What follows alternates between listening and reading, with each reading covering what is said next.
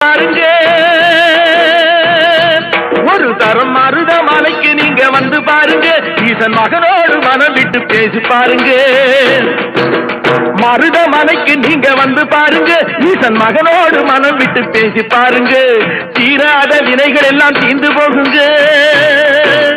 சத்தியமா சொல்லுறேன் தீராத வினைகள் எல்லாம் தீர்ந்து போகுங்க அது தீராவிட்டால் வந்து என்னை கேளுங்க அது தீராவிட்டால் வந்து என்னை கேளுங்க மருதமலைக்கு நீங்க வந்து பாருங்க